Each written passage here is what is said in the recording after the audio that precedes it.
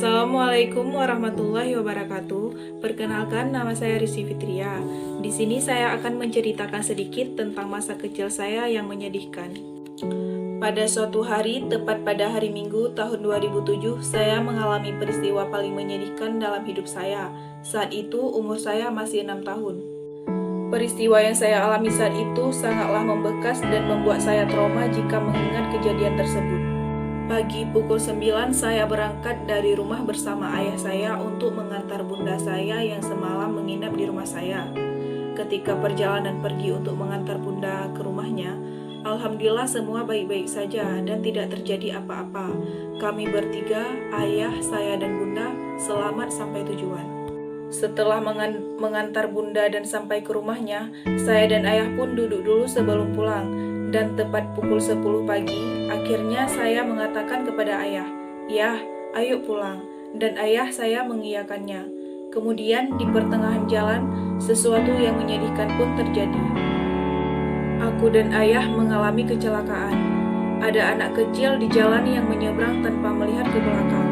Entah di mana orang tua anak kecil tersebut. Aku dan ayah pun jatuh di jalan aspal dengan motorku yang hampir jatuh ke dalam selokan. Saat itu aku hanya menangis bukan karena sakit, tapi karena darah yang menguncur di mana-mana dan perasaanku yang terkejut bukan main. Beruntungnya anak yang tertabrak oleh ayahku selamat tanpa ada luka sedikit pun. Dia hanya menangis.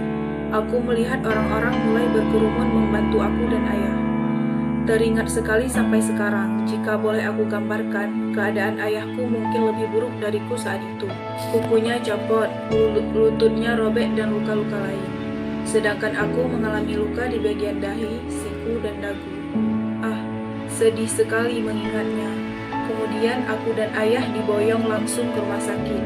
Saat itu mama belum tahu karena mama masih di rumah. Dan kemudian perawat rumah sakit langsung menelpon mama untuk memberitahu kabarku dan ayah. Tak lama setelah didatangi di IGD, aku melihat nenek datang menghampiri dengan isak tangis. Yang padahal hari itu seharusnya nenek ada jadwal acara yang harus dihadiri. Aku pun sontak menangis dan langsung memeluk nenek. Dan tak lama kemudian, mama datang juga menghampiri aku dan ayah. Dan aku langsung memeluk mama. Mama menenangkan aku dan ayah. Dan setelah proses medis selesai, aku langsung pulang ke rumah. Ya, itulah cerita sedih masa kecil yang pernah aku alami. Kejadian yang tidak pernah aku terlupakan.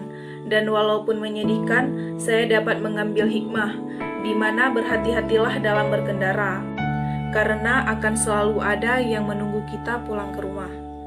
Dari cerita ini saya mengambil pendidikan karakternya, toleransi, dan sikap tanggung jawab.